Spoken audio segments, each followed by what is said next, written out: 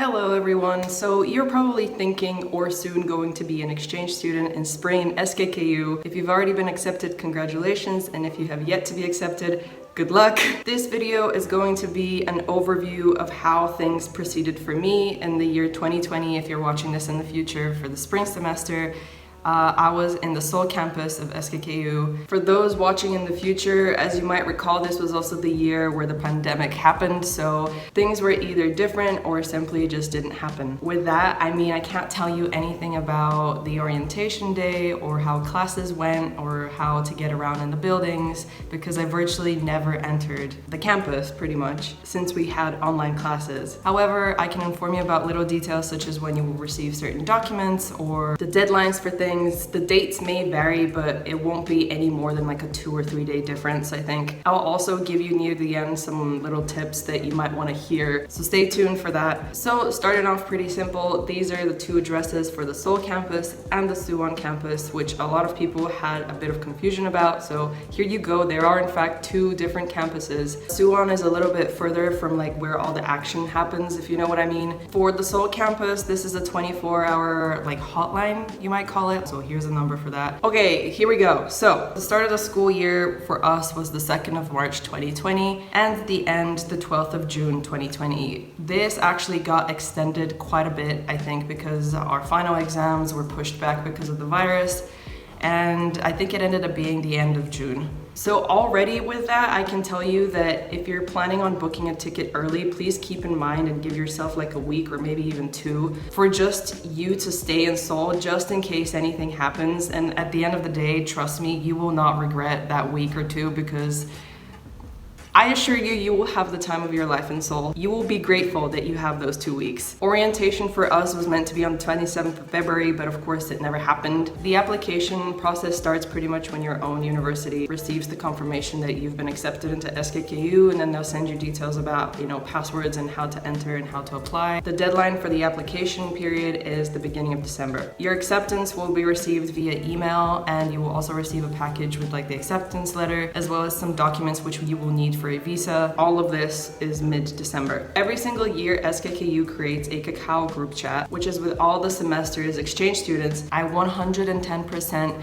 urge you to enter this group chat and be a part of it because this is the primary way in which you will find other people, and it is the primary way in which if you had any problems, you can come into contact with others who might potentially have the same problem and then people who had the solution to it. So any problems such as submitting documents, visa applications, you would just put it in a group and someone would answer. That was also the stage when like all the sections sort of was separated. So for example, all the French people would form a group chat, all the people that were taking this class would make a group chat, or that class, etc. It was very easy to find people. Basically, that group chat is sacred. Do not ignore it. Just in general, if you want to keep in contact with anyone in Korea, you have to download Kakao. That is like the primary messaging app that they use there. No one uses like Facebook Messenger, WhatsApp, or Viber, or anything like that. Like Kakao is the thing that you need. I'll talk about useful apps a little bit later on, but Kakao, okay? On the 21st of October, we got emails about the confirmation date of when the year would start and when we would get our orientation day. On the 4th of December, we got confirmation that all the packages were sent out with the acceptance letters, and some people had even already started receiving them and they would let people know in the group chat. If it seems like everyone is receiving their packages and you're the one that's not,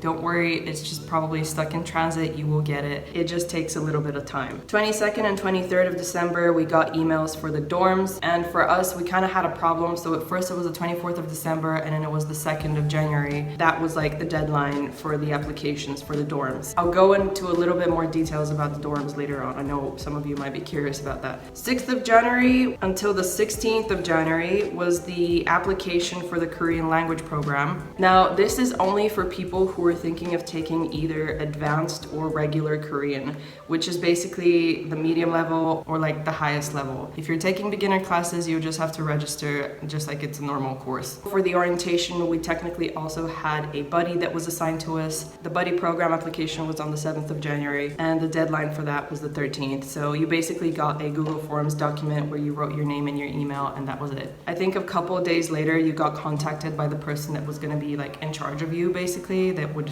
help you if you needed help with like the alien registration card or how to use the subway or anything like that. Basically, they would be the person who you could go to if you needed help. On the 15th of January, the password and login details for the portal were sent. I know it's a little bit confusing, but you'll know what I mean when you're in the process. 23rd of January, we got spring course list. This is like the most important thing that you will receive pretty much. The online course sign-up schedule was February 13th until the 21st from 10 a.m. until 11 Korean Standard Time at sogang.skku.edu. We got like several different versions, I think 4 in total of the course list. It got updated each time depending on which courses were going to be taught. You have to check this in advance, but some courses that you liked that you have seen from like previous course lists, like I don't know, 2018 or something like that, might not be available in the year that you're going to SKKU, which is unfortunate, but it is the way it is. Please also make sure that the language is in English if you're looking to learn it in English and not in Korean. Usually it says international language for the course. Also be careful because sometimes that could also mean Chinese. Another thing, please keep in mind that courses don't overlap. That was like a major issue that some people encountered, which could be a huge problem when you're like actually registering on the day and like fighting for getting into the specific classes. Another thing is that we obviously didn't have this problem, but you might. Please keep in mind that the buildings are quite far away from each other, and if you're leaving yourself like a, I don't know, 5-minute gap between classes, it might not be enough to get to the other class and you could possibly be late very frequently. So try to like navigate through the map. I think I can put a picture because it's not something that you think about initially, but then you realize and you're like, oh wait, I didn't realize, because the campus is pretty big. On the 5th of February, Sogang website where you can register for courses was open. Sometimes that website is under maintenance. People couldn't log in, so don't worry if that happens. Just wait a little bit, like wait a day maybe or something, and then it'll be like fully functional. So as I already mentioned, we were in the middle of a corona outbreak. Something which impressed me immensely was that SKKU was very quick to respond to that, and they made every class available immediately. They knew how to handle the situation perfectly fine, so it's not like we were missing out or like the school year was being massively delayed or anything like that. So they handled the situation very professionally, something that my home university kind of struggled with. If you're thinking about opening a Korean bank account, I don't know if I recommend it, but either way, SKKU will send you an email about information the 24th of February for us. On the 27th of February, they send us information about the ARC, also known as the Alien Registration Card. What it is basically your ID card that you will be using when staying in Korea more than 90 days, which is the majority of you. It's a bit of a process to get it, and I don't know if this was only for us or if they do this in general, but SKKU made the specific website where they could just do like a group order. You can upload all the documents that you needed for it online. You could do it technically alone and go to the immigration office and submit everything, but it's kind of a hassle, to be honest. You'll get your alien registration card faster because with SKKU it takes up to 4 weeks, but I don't know. I think it might be easier if you just did it through the website. Once that process is finished, you can go ahead and take your alien registration card at the immigration office. And please make sure, if you're not living in a dorm and you're living in like an Airbnb or something like that, make sure that you don't get confused about the immigration office and where it is, because there's several throughout like Seoul. So if you live by like the SKKU campus, you'll be at the Jongno branch, which is at this address. But if you live, for example, in Gangnam, it's a completely different immigration office, it's a different address. Make sure that you're not going to the wrong one. On the 9th of March is when we had our drop-off and add courses opportunity. It's basically when you change your mind about certain courses and you don't want to have this course, but you want to add another one. So if you want to do that, you can go ahead and do that. On the 17th of April is when you have a course evaluation, which is basically you giving feedback for the different courses. It's completely anonymous, and midterms are around the 25th of April until the 1st of May. 23rd to 24th of April, we got our student IDs. That's pretty late, to be honest, for us, but I think it's because it wasn't like their major priority, so you might get them earlier than that. And if you're in the dorms, you would get it directly there. And if you're not, you have to go to the international office on site and get your card there.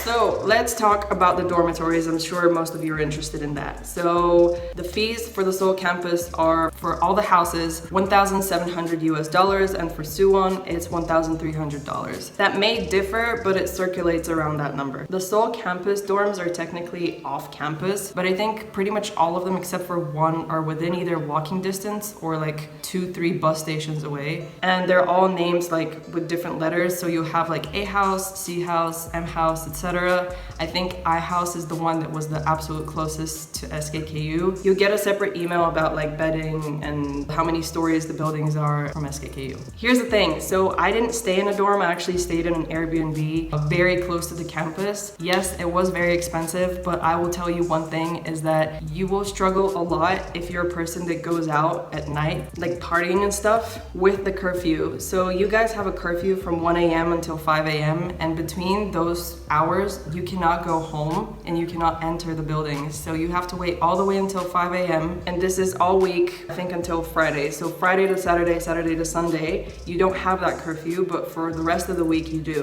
So if you're thinking that you're gonna be going out pretty often during the week as well, that is gonna be a very big issue unless you're down to obviously stay until the early morning. If you actually look around on Airbnb, there are some places that are pretty cheap or like relatively the same price as the dorms in like the Mapo area. So that's where like Hongdae is in Shincheon and where I ended up moving to like later on. Okay, so we're done with the info, by the way. So this is gonna be like my own experience of things and the things that I learned throughout my stay there. If you're going to Korea, you're most likely going there for like, you know, to explore, you're going out of your comfort zone, whatever. If you are set on not living in the dorms, please consider going and living somewhere, as I mentioned, Hongdae, Shincheon, or if you've got the money, maybe even Gangnam. The travel to SKKU, yes, it will be longer, and yes, you will be in the middle of rush hour like every hour, but just please consider you will get used to the area very, very quickly and it won't be a problem, trust me. You will likely spend most of your time in those areas anyway. When I lived in Gyeolla, I would spend like 5 to 6 hours a day there and then the rest of the day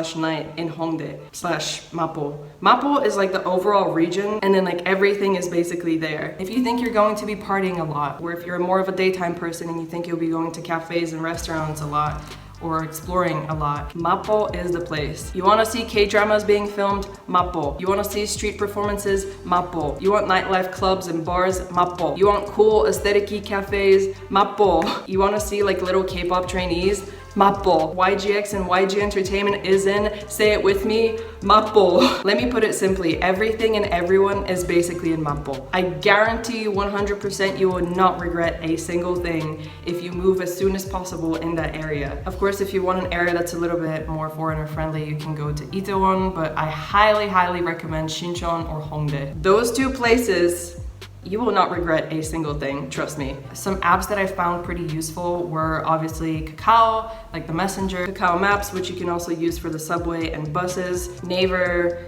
Papago for like a translator app. It's a little bit better than Google Translate. Kakao Taxi is extremely useful. You don't need a call or anything. You just put in the address that you want to go to and then it'll give you directly the fee that it will cost you to get there. And the taxi will just come to you straight away. If you're into K-pop and you want to find out about like birthday events or maybe like an advertisement or like a gallery expo or something like that, there's this app called Doktur which I used and it was very useful in finding like the location of places where you could get like, you know, cup holders or different gifts and stuff like that and celebrate your favorite K-pop idol's birthday. I personally never used any of the food ordering apps, but of course there's like Yogyo and I've heard of one that's like teddymecheto or something like that, I'm not sure. If you're planning on going clubbing, there's an app called Club Pass. You can either get free entry or you can just reserve a spot because places get crowded very quickly. So it's like an easy way to already basically secure your spot in a place. And yeah, that's pretty much it. I hope this video was helpful to you. If you have any questions, feel free to ask me in the comments. I'll try to answer. That's it. Hope you guys enjoyed this video and I'll see you in the next one. Bye.